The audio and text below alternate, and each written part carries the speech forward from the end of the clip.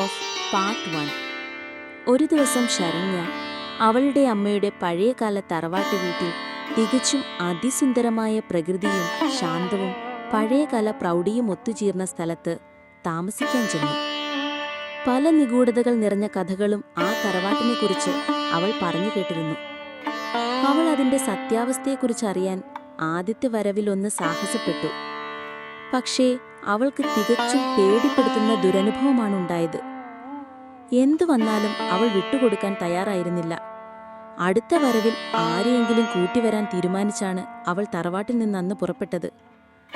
ഇപ്പോൾ അവൾ വീണ്ടും വന്നിരിക്കുകയാണ്. കഥ തുടരുകയാണ്. Final part. ശരണ്യ വീണ്ടും അവളുടെ ഫ്രണ്ട് ശ്രേയയും കൂടി തറവാട്ട് വീട്ടിൽ ഒരവധിക്ക് വന്നു. പഴയ അഡ്വഞ്ചർ ആവർത്തിക്കാൻ. ധൈര്യത്തിന് ശ്രേയയുമുണ്ട്. അവളോടും ആദ്യകാല അനുഭവം അവൾ പറഞ്ഞിരുന്നു. ശ്രേയയും വന്നത് അതിനാണ്.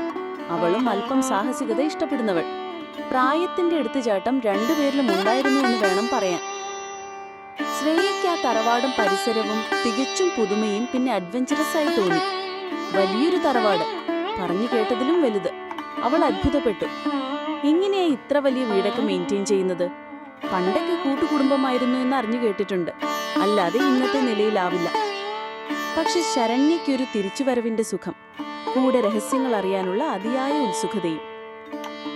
പകൽ സമയത്ത് ശരണ്യയും ശ്രേയയും വീണ്ടും മുകളിലെ മുറിയിൽ വന്നു. പൊടി പിടിച്ചു കിടന്ന മുറി. തലങ്ങും വിലങ്ങും പലതും ഇട്ടിട്ടുണ്ട്. അന്നത്തെ അതേ അവസ്ഥ, മാറ്റങ്ങളൊന്നുമില്ല. മുമ്പ് തീരുമാനിച്ചതുപോലെ ശരണ്യ ഇരുട്ടുമുറിയിലേക്കുള്ള വാതിൽ തുറന്ന് താഴേക്കിറങ്ങി. പക്ഷെ ഒരു ഭയം അവരെ രണ്ടുപേരെയും അലട്ടിയിരുന്നു. എന്താണ് സംഭവിക്കുക എന്നറിയാതെ ഇറങ്ങണോ വേണ്ടയോ രണ്ടും കൽപ്പിച്ച് ശരണ്യ രഹസ്യവാതിൽ തുറന്ന് താഴേക്കിറങ്ങി. ശ്രേയ പിന്നാലെയും. ഓരോ പടവുകളും ടോർച്ച് ലൈറ്റ് പ്രകാശത്തിൽ വളരെ സൂക്ഷിച്ച് ഇറങ്ങി. രണ്ടുപേരും ആ നീണ്ടുപോകുന്ന ഇരുട്ടുപിടിച്ച തുരങ്കം അല്ലെങ്കിൽ ഇടനാഴിയിലൂടെ നടന്നു, ഭയം ഉള്ളിൽ വെച്ചുകൊണ്ട്. ഇടനാഴി അവസാനിക്കുന്നത് ആ രഹസ്യമുറിയിലാണ്. രണ്ടുപേരും ആ പഴയകാല മുറിയിലെത്തി. ആദ്യം കണ്ടതുപോലെ അതേ സ്ഥിതി. ബുക്ക് ഷെൽഫ്, ഒരുപാട് പുസ്തകങ്ങൾ, കുറിപ്പുകൾ, അങ്ങനെ അങ്ങനെ രഹസ്യങ്ങളുടെ ഒരു കലവറ തന്നെ. മേശ മാറ്റിവെച്ച് രണ്ടുപേരും അന്വേഷണം ആരംഭിച്ചു. എല്ലായിടത്തും എന്തെങ്കിലും തുമ്പ് കിട്ടാൻ വേണ്ടി. വെറുതെ താഴെ തട്ടിൻ പലകയിൽ തട്ടി നോക്കി. ശരണ്യ അത് ശ്രദ്ധിച്ചു. താഴെ തട്ടിൻ പലകയിൽ ഒരു ചെറിയ പലക ഇളകിയിട്ടുണ്ട്, എടുക്കാൻ പറ്റുന്ന പാകത്തിൽ. കൂടെ ചുവപ്പ് നിറത്തിൽ ഒരു അടയാളവും. എന്തോ അവിടെ ഒളിപ്പിച്ചു വെച്ചതുപോലെ തോന്നി. ഒരു പക്ഷെ നിധിയോ മറ്റോ ആണോ? ശരണ്യ പറഞ്ഞു, ഞാൻ അറിയില്ല ഇതെവിടെയുള്ള കാര്യം. ആദ്യം വന്നപ്പോൾ ഞാനിത് കണ്ടില്ല. ശ്രേയയ്ക്കും ആകാംക്ഷ, നമുക്ക് നോക്കാം ഇതെന്താണെന്ന്. ശരണ്യയ്ക്കും ആവേശം, അറിയപ്പെടാത്തത് അറിയാനുള്ള തിരക്ക്. അതിനിടയിൽ ശരണ്യയ്ക്ക് പൊട്ടിപ്പൊളിഞ്ഞ ബുക്കിന്റെ ഒരു പഴയ പേജ് കിട്ടി. വിറച്ചു വിറച്ച് അവൾ അത് വായിച്ചു.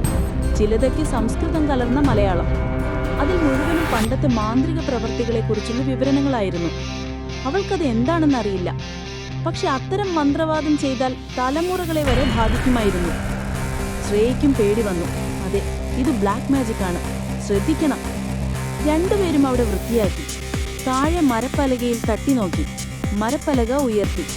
അതിനടിയിൽ ചെറിയ അറയിലുള്ള ചെമ്പുകുടം വളരെ ഭദ്രമായി വെച്ച നിലയിൽ കണ്ടു. കൂടെ ഒരു പേനാക്കത്തിയും. അല്പം പേടിയോടെ ശരണ്യ പറഞ്ഞു, നമുക്ക് തിരിച്ചുപോയി പിന്നീട് വരാം. അമ്മൂമ്മയോട് ചോദിച്ച് കുറച്ചു കാര്യങ്ങൾ അറിഞ്ഞ ശേഷം അടുത്ത ശ്രമം. ശ്രേയയും സമ്മതിച്ചു. തരിച്ചു പോകാം, പിന്നീട് വന്ന് നോക്കാം, റിസ്ക് വേണ്ട. തിരിച്ചു പോകുന്നതിന് മുൻപായി അവരവിടെ മുഴുവനൊന്ന് കൂടി പരിശോധിച്ചു. ചെമ്പുകുടവും കത്തിയും തിരിച്ചു വെച്ച് പലകയടച്ചു. വീണ്ടും അവർ ആ അശരീരി കേട്ടു, തിരിച്ചു പോകാൻ വേണ്ടി. ആരോ അവരെ വാച്ച് ചെയ്യുന്നുണ്ട്. പേടിയോടെ അവർ തിരിച്ച് അവരുടെ മുറിയിലേക്ക് ഓടി. മുറിയിലേക്ക് ഓടുമ്പോഴും അവരത് ശ്രദ്ധിച്ചു. മരപ്പലകയിൽ കൂടി ആരോ പിന്തുടരുന്നതിന്റെ കാലുച്ച കേൾക്കുന്നുണ്ടായിരുന്നു. വേഗത്തിൽ അവർ മുറിയിലേക്ക് ഓടി.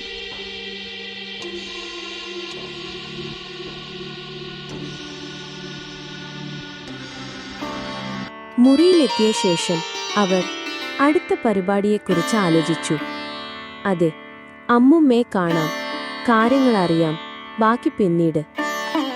അവർ അമ്മുമ്മയുടെ മുറിയിലെത്തി. എല്ലാം പഴയകാല തറവാട്ട് വീടിന്റെ പ്രൗഢി. ശരണ്യ അമ്മുമ്മയോട് നടന്ന് കാര്യങ്ങൾ പറഞ്ഞു. അമ്മുമ്മ ആകെ പേടിച്ചു. നിങ്ങൾ എന്താ മക്കളെ ചെയ്തത്? പോകാൻ പാടില്ല അവിടെ. അമ്മുമ്മ അന്തം വിട്ടുനിന്നു. ഇതെങ്ങാനും അപ്പൂപ്പൻ അറിഞ്ഞാൽ പിന്നെ പൊടി പൂരം. അമ്മുമ്മ പഴയ കഥ, അതായത് കള്ളക്കഥ അവരോട് പറഞ്ഞു.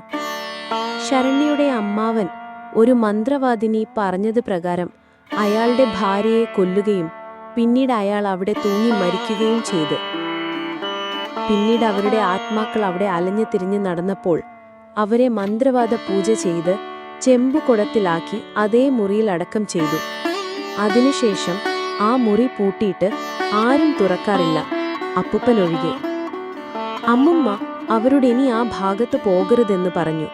ചിലപ്പോൾ അതവർക്ക് ദോഷം ചെയ്തെന്ന് വരാം. രണ്ടുപേരും മടങ്ങി സ്വന്തം മുറിയിലേക്ക്. എന്തോ ശരണ്യക്കത് വിശ്വസിക്കാൻ തോന്നിയില്ല. എന്തോ പന്തിക്കേട് തോന്നി. കഥ പറയുമ്പോൾ അമ്മുമ്മ വല്ലാതെ വിഷമിക്കുന്നുണ്ടായിരുന്നു. എന്തോ മറച്ചുവെച്ച് സംസാരിച്ചതുപോലെ. ശരണ്യയും ശ്രേയയും അടുത്ത ശ്രമം വേണോ വേണ്ടോ എന്ന സ്ഥിതിയിൽ. രണ്ടുപേർക്കും ധൈര്യമുണ്ടെങ്കിലും പഴയകാല അനുഭവങ്ങളും തിരിച്ചറിവുകളും പാടെ അങ്ങനെ ഒഴിവാക്കാനാവില്ല എന്ന് അവർക്കറിയാം. ശരണ്യയും ശ്രേയയും വീണ്ടും അമ്മൂമ്മയെ കണ്ടു. ക്ഷമാപണം നടത്തി. തിരിച്ചു വീണ്ടും സ്വന്തം മുറിയിൽ. അടുത്ത പരിപാടിയെക്കുറിച്ച് വേണോ വേണ്ടയോ. അതിനിടയിൽ അപ്പൂപ്പൻ അമ്മുമ്മയുടെ മുറിയിൽ വന്നു. അപ്പൂപ്പൻ എല്ലാം ശ്രദ്ധിക്കുന്നുണ്ടായിരുന്നു. അമ്മുമ്മ എല്ലാം അപ്പൂപ്പനോട് തുറന്നു പറഞ്ഞു. അപ്പൂപ്പൻ ആകെ ദേഷ്യം. യഥാർത്ഥ കഥകൾ പുറത്തറിഞ്ഞാൽ ഉണ്ടാകുന്ന ഭവിഷ്യത്തുകൾ ഓർക്കാൻ തന്നെ പറ്റില്ല. സമയം രാത്രിയാകുകയാണ്. അവർ രാത്രിയിൽ വീണ്ടും ശ്രമിക്കാതിരിക്കില്ല എന്ന് അപ്പൂപ്പൻ മനസ്സിലാക്കി. ദേഷ്യത്തോടെ അവിടെ നിന്നും തിരിച്ചുപോയി. അപ്പൂപ്പൻ സ്വന്തം മുറിയിൽ ദൈവത്തോട് പ്രാർത്ഥിച്ചു, ഒന്നും സംഭവിക്കല്ല എന്ന്. ദശകങ്ങളായി സൂക്ഷിക്കുന്ന രഹസ്യങ്ങൾ പുറത്തറിഞ്ഞാൽ പിന്നെ ജീവിച്ചിട്ട് കാര്യമില്ല. ശരണ്യയുടെ നിർബന്ധം കൊണ്ട് രാത്രിയിൽ വീണ്ടും ഒരു തവണ കൂടി അവരാ രഹസ്യമുറിയിൽ പോകാൻ തീരുമാനിച്ചു. വീണ്ടും ഇരുണ്ട ഇടനാഴിയിൽ കൂടി ഒരു രാത്രിയാത്ര. വീണ്ടും അതേ രഹസ്യമുറി. പക്ഷെ ഇപ്രാവശ്യം ശ്രേയ്ക്ക് പേടി കൂടി. അവൾ ശരണ്യയെ അതിൽ നിന്നും പിന്തിരിപ്പിക്കാൻ ശ്രമിച്ചു. പക്ഷേ ശരണ്യ ഉറച്ചു നിന്നു. കഥ അറിഞ്ഞേ പറ്റൂ. സമയരാത്രിയായി. ഒടുവിൽ രണ്ടുപേരും ഒന്നിച്ചു. ശരണ്യ വീണ്ടും പലക ഉയർത്തി ചെമ്പുകുടം പുറത്തെടുത്തു. വീണ്ടും അവർ ആശരീരി കേട്ടു. തിരിച്ചു പോകാൻ വേണ്ടി ആരോ അവരെ വാച്ച് ചെയ്യുന്നുണ്ട്. പക്ഷെ ഇപ്രാവശ്യം അവർ അത് വകവെച്ചില്ല.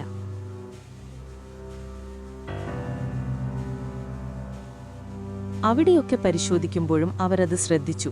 മരപ്പലകയിൽ കൂടി ആരോ പിന്തുടർന്നതിന്റെ കാലൊച്ച കേൾക്കുന്നുണ്ടായിരുന്നു. വേഗത്തിൽ പ്രവർത്തിച്ചേ പറ്റൂ.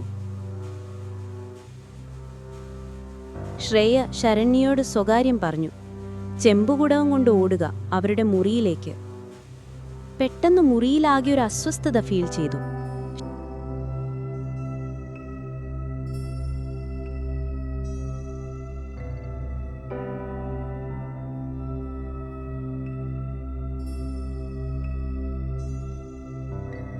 ശരണ്യ പുറത്തേക്ക് വിരൽ ചൂണ്ടി. അവിടെ ദൂരെ ഒരു ഇരുണ്ട രൂപം എല്ലാം ശ്രദ്ധിക്കുന്നത് പോലെ. ശരണ്യ ചെമ്പുകുടവും കൊണ്ട് ഓടി അവരുടെ മുറിയിലേക്ക്, കൂടെ ശ്രേയയും.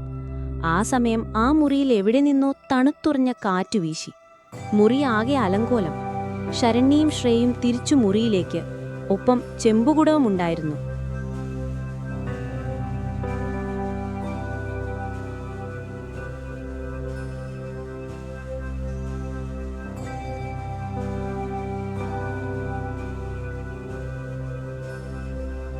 ശരണ്യ ചെമ്പുകുടം മേശപ്പുറത്ത് വെച്ചു. ഇനി എന്ത്? ചെമ്പുകുടം തുറക്കണോ വേണ്ടയോ? വീണ്ടും അവർ ആ ശരീരി കേട്ടു. തിരിച്ചു പോകാൻ വേണ്ടി ആരോ അവരെ വാച്ച് ചെയ്യുന്നുണ്ട്. ആരോ പുറത്തുള്ളതുപോലെ ഒരു സ്ത്രീ രൂപം. രണ്ടുപേരും ഇപ്രാവശ്യം പേടിച്ചു. തിരിഞ്ഞു നോക്കിയപ്പോൾ കറുത്ത വസ്ത്രം ധരിച്ച സ്ത്രീ രൂപം. അവരറിയാതെ അവരുടെ റൂമിലെത്തിയിരുന്നു. ആ സ്ത്രീ രൂപം മേശപ്പുറത്ത് വെച്ച് ചെമ്പുകുടം എടുത്തുകൊണ്ട് പെട്ടെന്ന് ഓടിപ്പോയി. പിറകെ ശരണ്യയും ശ്രേയയും.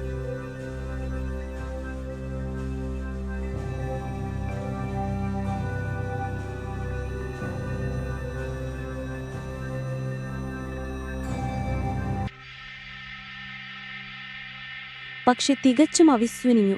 അവരുടെ മുറിക്ക് പുറത്ത് അപ്പൂപ്പൻ കാത്തു നിൽക്കുന്നുണ്ടായിരുന്നു, തികച്ചും ദേഷ്യത്തോടെ. എന്തോ മനസ്സിൽ ദേഷ്യമുണ്ടെങ്കിലും അപ്പൂപ്പൻ അവളെ കെട്ടിപ്പിടിച്ചു അവരോട് തിരിച്ചു മുറിയിൽ പോകാൻ പറഞ്ഞു. ശരണ്യയുടെ സംശയം വീണ്ടും വർദ്ധിച്ചു. എന്തിനാണ് അപ്പൂപ്പൻ ആ സമയം അവിടെ വന്നത്? ഏതാണ് ആ കറുത്ത വസ്ത്രം ധരിച്ച സ്ത്രീ? ഇനി ആ രാത്രി ഒന്നും ചെയ്യാൻ പറ്റില്ല എന്നറിഞ്ഞതുകൊണ്ട് രണ്ടുപേരും ഉറങ്ങാൻ കിടന്നു. ശരണ്യയ്ക്ക് ഉറക്കം വന്നില്ല. അവൾ നാളെ വീണ്ടും അമ്മൂമ്മയെ കാണാൻ തീരുമാനിച്ചു. അവൾക്കറിയാം അമ്മൂമ്മയ്ക്ക് അധികം പിടിച്ചു നിൽക്കാനാവില്ല എന്ന്. അടുത്ത ദിവസം അവൾ അമ്മൂമ്മയെ കാണാൻ പുറപ്പെട്ടു, ഒറ്റയ്ക്ക്, ശ്രേയല്ലാതെ. ചിലപ്പോൾ അമ്മൂമ്മ സത്യം പറയാം, ശരണ്യ ഒറ്റയ്ക്കാണെങ്കിൽ. അവൾ നടന്ന സംഭവങ്ങളെല്ലാം അമ്മൂമ്മയോട് പറഞ്ഞു. അമ്മൂമ്മയ്ക്കിനി വേറെ വഴിയില്ല. അമ്മൂമ്മ രഹസ്യം അവളോട് പറഞ്ഞേ പറ്റൂ. ഇല്ലെങ്കിൽ അവൾ വീണ്ടും ഇതിനായി തുനിഞ്ഞിറങ്ങും. അതിനി നടക്കരുത്. നടന്നാൽ അത് അവളുടെ ജീവന് തന്നെ ആപത്താണ്. അപ്പൂപ്പൻ എന്താണ് ചെയ്യുക എന്നറിയില്ല. ഒടുവിൽ അത് പറഞ്ഞു. ഇതിനെല്ലാം പിറകിൽ അപ്പൂപ്പനും അപ്പൂപ്പന്റെ സഹോദരിയുമാണ്. അപ്പൂപ്പനും മന്ത്രവാദം അറിയാം, തന്ത്രങ്ങളും. ആ വീട്ടിൽ ദശകങ്ങൾക്ക് മുമ്പ് നടന്നത് ഒരു അപ്രതീക്ഷിതമായൊരു ദുരഭിമാന കൊലയായിരുന്നു. അവളുടെ അമ്മാവൻ ഒരു താഴ്ന്ന ജാതിയിൽപ്പെട്ട ഒരു സ്ത്രീയുമായി ഇഷ്ടത്തിലാവുകയും പിന്നീട് അപ്പൂപ്പൻ അവളെ തറവാട്ടിൽ വെച്ച് ഇല്ലാതാക്കുകയും അമ്മാവൻ തൂങ്ങി മരിക്കുകയും ഒക്കെയുള്ള കഥ. സത്യമായ കഥ. നാട്ടിൽ പാട്ടാണെങ്കിലും. അവരുടെ ആ ആത്മാക്കളെ അവിടെ അടക്കം ചെയ്തതാണ് ആ ചെമ്പുകുടം. അത് പുറത്തറിയാതിരിക്കാനാണ് അത് പൂട്ടിവെച്ചത്. പക്ഷെ നടന്നത് നിർഭാഗ്യകരമായ സംഭവം. ഈ കഥ ആരോടും പറയരുതെന്ന് അമ്മൂമ്മ അവളോട് അപേക്ഷിച്ചു, സത്യം ചെയ്യിച്ചു. കാരണം കഥകൾ പുറത്തറിഞ്ഞാൽ നാണക്കേടാവും, മാനക്കേടാവും. അപ്പൂപ്പനും അമ്മൂമ്മയും ഇല്ലാതാകും. അതെല്ലാവരെയും ബാധിച്ചേക്കും. അമ്മൂമ്മ അവളെ കെട്ടിപ്പിടിച്ച് കരഞ്ഞു. ഇനി തറവാട്ടിൽ വന്നാൽ ഇത്തരം കാര്യങ്ങൾ ചെയ്യരുതെന്ന അപേക്ഷയോടെ എല്ലാവരുടെ നന്മയ്ക്കായി തിരിച്ചു പോകാൻ. മുറിയിലെത്തിയ ശേഷം ശരണ്യ ശ്രേയയെ എല്ലാറ്റിൽ നിന്നും പിന്തിരിപ്പിച്ചു. അവൾക്ക് വേറെ വഴിയില്ലായിരുന്നു. അപ്പൂപ്പന്റെ ദേഷ്യം, നമുക്ക് ആരെയും മാനസികമായി വേദനിപ്പിക്കണ്ട. ശ്രേയയ്ക്കും സന്തോഷം, അവൾക്കും മതിയായി. വേണ്ട അനാവശ്യ കാര്യങ്ങൾ. തിരിച്ചു പോകാം. ശരണ്യയും ശ്രേയയും തിരിച്ച് സിറ്റിയിലേക്ക്, ശരണ്യയുടെ വീട്ടിൽ. പക്ഷെ ശരണ്യയെ തറവാട്ടിൽ ദുരനുഭവങ്ങൾ വല്ലാതെ അലട്ടുന്നുണ്ടായിരുന്നു. അമ്മൂമ്മയുടെ ഉപദേശവും ഒക്കെ മറക്കാൻ ശ്രമിക്കുന്തോറും അവളെ പിന്തുടർന്നുണ്ടായിരുന്നു. പിന്നീട് ശരണ്യ അവളുടെ ലഗേജ് തുറന്നപ്പോൾ കണ്ടത് തികച്ചും വിസ്മയപ്പെടുത്തുന്നതായിരുന്നു. ബാഗിലൊരു ചുവന്ന പട്ടുതുണിയിൽ പൊതിഞ്ഞ എന്തോ. അവൾ തുറന്നു നോക്കിയപ്പോൾ കണ്ടത് വീണ്ടും ദുർമന്ത്രവാദം. ചെറിയൊരു ആൾരൂപവും പിന്നെ ഒരു ചെറിയ എല്ലിൻ കഷ്ണവും. അവൾ ആകെ പേടിച്ചുപോയി. തീർച്ചയായും ആ കറുത്ത വസ്ത്രം ധരിച്ച സ്ത്രീയായിരിക്കും ഇതിന്റെ പിന്നിൽ. അവർ തന്നെ അവളുടെ ബാഗിൽ വെച്ചതാകാം, അല്ലെങ്കിൽ ബാഗ് പാക്ക് ചെയ്യുമ്പോൾ അബദ്ധത്തിലായതാകാം. എന്തായാലും ഇനി ഇതിവിടെ വേണ്ട. അവൾ ജനൽ തുറന്ന് ഇതിനെ പുറത്തേക്ക് ശക്തിയോടെ വലിച്ചെറിഞ്ഞു. വേണ്ട ഒരു തലവേദന ഇനി. അത് ദൂരേക്ക് കളഞ്ഞപ്പോൾ അവൾ ആശ്വസിച്ചു. ഇനി ഇത്തരം സംഭവങ്ങൾ ഉണ്ടാകരുതെന്നും. ഇതുവരെയും ശരണ്യ വല്ലാത്ത മാനസിക അവസ്ഥയിലായിരുന്നു. ഒരു രസത്തിനു വേണ്ടി അല്പം സാഹസികത കാണിച്ചപ്പോൾ അറിയാൻ കഴിഞ്ഞത് പണ്ടുകാലത്തെ പ്രതാപത്തിന്റെ അറിയപ്പെടാത്ത കഥകളായിരുന്നു. അന്നും ഇന്നും മറഞ്ഞു കിടക്കുന്ന പിന്നാമ്പുറം കഥകൾ. പല പല തറവാടുകളിലും ഇപ്പോഴും അവശേഷിക്കുന്നത്. ചിലർ മറന്നാലും ചരിത്രത്തിന് മറക്കാൻ പറ്റാത്ത സംഭവങ്ങൾ. നമുക്ക് നോക്കാം, കാത്തിരിക്കാം. വീണ്ടും ദുർമന്ത്രവാദം തിരിച്ചു വരുമോ എന്നറിയാൻ. ശരണ്യയുടെ വീട്ടിലേക്ക് പുതിയൊരു കഥയുമായി